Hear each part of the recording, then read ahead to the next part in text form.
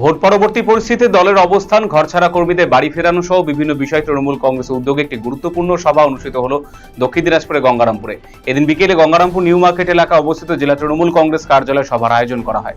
সভায় উপস্থিত ছিলেন রাজ্য তৃণমূল কংগ্রেসের সাধারণ সম্পাদক গৌতম দাস, তৃণমূল নেতা মৃণাল সরকার, জেলা আইএনটিটিউসি জেলা সভাপতি নামিজুর রহমান সহ অন্যান্যরা। শিলিগুড়িতে ঘন ঘন বিদ্যুৎ বিভ্রাট, পরিকাঠামোগত সমস্যা এবং ক্রমবর্ধমান বিদ্যুৎ বিলের প্রতিবাদে সরব হল হিন্দু সভ্য সমাজ। মঙ্গলবার রাধিকা ভবনস্থিত বিদ্যুৎ দপ্তরে একাধিক দাবিতে স্মারকলিপি জমা দেয় সংগঠনটি। সংগঠনের অভিযোগ, শহরে বিভিন্ন এলাকায় প্রতিদিন 6 থেকে 8 ঘন্টা পর্যন্ত বিদ্যুৎ পরিষেবা বন্ধ থাকছে। অঘোষিত লোডশেডিং এর জেরে সাধারণ মানুষের পাশাপাশি ব্যবসায়ী এবং ছাত্রছাত্রীরা ব্যাপক সমস্যার সম্মুখীন হচ্ছে। শিলিগুড়ি কলেজে ফের উত্তেজনা সৃষ্টি হয়েছে দুই ছাত্র সংগঠন এসএফআই এবং এবিভিপির মধ্যে বিবাদকে কেন্দ্র করে।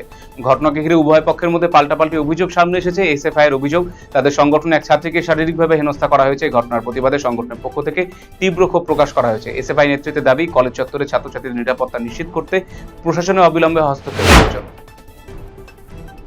কয়েকদিন ধরে হনুমানের তাণ্ডবে ঘুম উড়েছে নকশালবাড়ি, রথখোলা এবং রেলগেট এলাকার বাসিন্দাদের। হনুমানের অতর্কিত হামলায় ইতিমধ্যে বেশ কয়েকজন জখম হয়েছেন। স্থানীয় সূত্রে জানা গিয়েছে, গত 3 দিনে অন্তত 7 জনে হনুমানের কামড়ে আক্রান্ত হয়েছে।